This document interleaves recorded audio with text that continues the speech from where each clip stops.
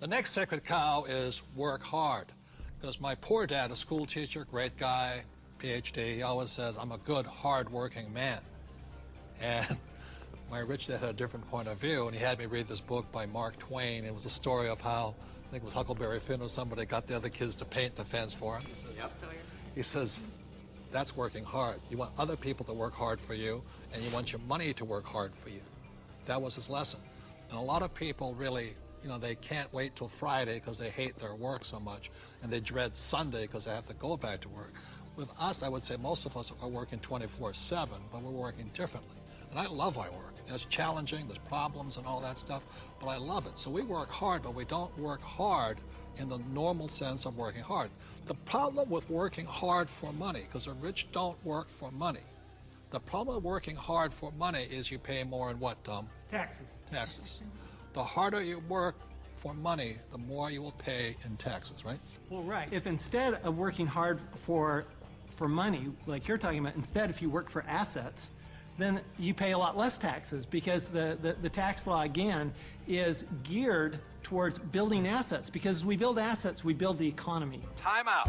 The big difference between E's and S's and B's and I's, E's and S's focus on the income statement, and B's and I's focus on the asset column. My rich dad simply said to me, he says, assets put money in your pocket whether you work or not, and liabilities take money from your pocket. For example, my house is a liability because it takes money from my pocket every single month. Yet my rental properties are assets because they put money in your pocket whether you work or not.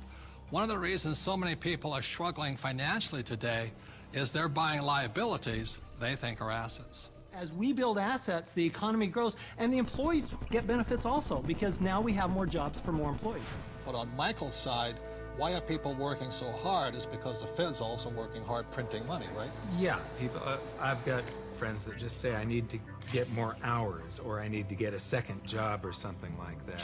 They're working harder to make a few more dollars, but they don't realize that over this entire past decade, the average in real income after inflation has been falling. So the harder people work, the less they're making anyway, because the government and the Federal Reserve, the banking system, they're basically stealing it from them. Can we bring in the bags of coins right now? Thank you. I'm not going to hold that. I'll give you an example. In the year 2000, one gold coin cost $300. So this is $300 in U.S. quarters. Today, in 2010, that same gold coin, it takes $1,100 to buy the same coin. So the reason people have to work so hard to keep up, to keep paying money, is because the value of your dollars are going down. So the insanity of going to get another job, pay more taxes, and work harder, when how many dollars did the Fed print in 2009? From August of 2008 through 2009, they created about 1.5 times more paper dollars than it took 200 previous years to print. So that's why people are working harder, because your money is worth less. And it isn't the coin that changed. People don't understand that it isn't this price going up, it's the value of the dollar falling.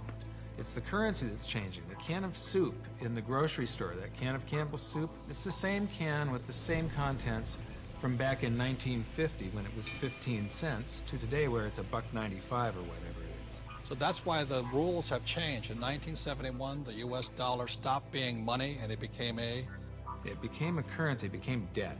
It became an IOU from the federal government. And the thing is, they can print as much as they like of it. And the more they print, the harder you have to work.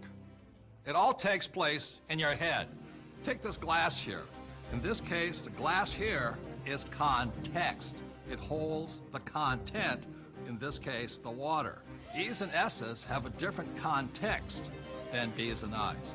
Having a different context, E's and S's attract the sacred cows like go to school, work hard, live below your means.